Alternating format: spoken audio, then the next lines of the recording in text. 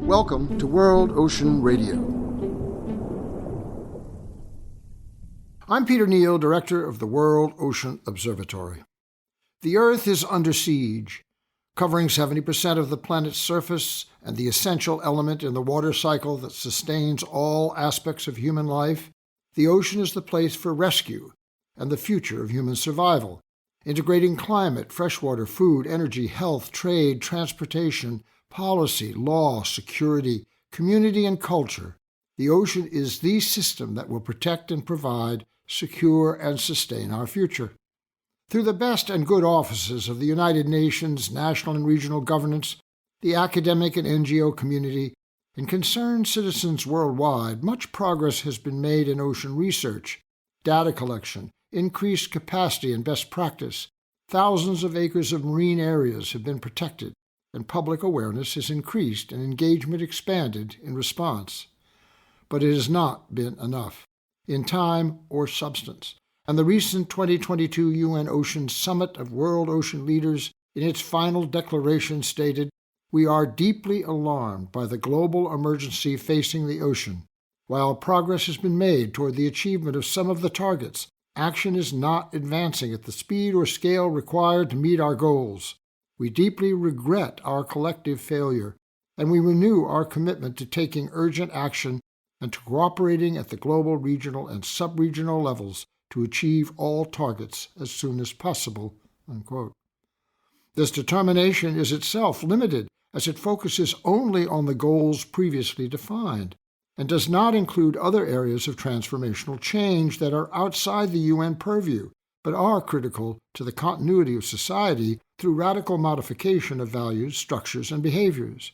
We, here on World Ocean Radio, are presumptively proposing Rescue, a new plan, to be presented in ensuing editions as an expanded paradigm for action. In the prologue to The Silent World, ocean explorer and communicator Jacques Cousteau writes, "We have tried to find the entrance to the great hydrosphere," unquote, to the ocean world that is our life source and sustainer. Since then, there have been decades of response in science and observation, policy definition and proposal, the designation of coastal resources and marine protected areas, and the engagement of vast communities of scientists, educators, environmentalists, and government officials, a global initiative frustrated by denial and contravention. Thus, the door remains closed, and we have every reason to be, quote, deeply alarmed, unquote.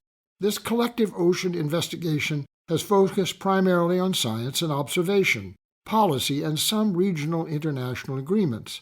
But the hydrosphere is so much larger and more complicated, and there are differing forms of knowledge, factors that must be incorporated into any exploration of transformational change. Here's a list of additional considerations, each with its own focus not necessarily integrated into the focus above. 1. Context expansion, the world water cycle and climate consequence. 2. Emerging technology and invention. 3. Ecofinance, natural asset value and novel financial instruments. 4. Ocean literacy, education, and transgenerational engagement. 5. Advocacy, political will through global communications. 6. Ocean connections, shared understanding through cultural traditions. 7. Articulation of an ocean ethos, new values, structures, and behaviors. 8. A suggested vision for a new hydraulic society. "We have tried to find the entrance to the great hydrosphere," writes Cousteau, "but there is no single door.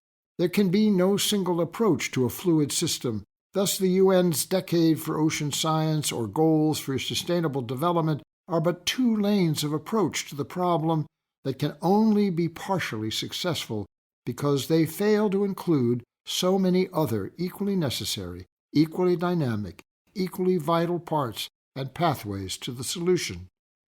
The ocean, indeed all of nature, is alinear, with infinite points of entry, each essential to the whole. We must start everywhere. So on to rescue, a plan for specific action and public participation. R for renewal, E for environment, S for society, C for collaboration, U for understanding, E for engagement. We will discuss these issues and more in future editions of World Ocean Radio.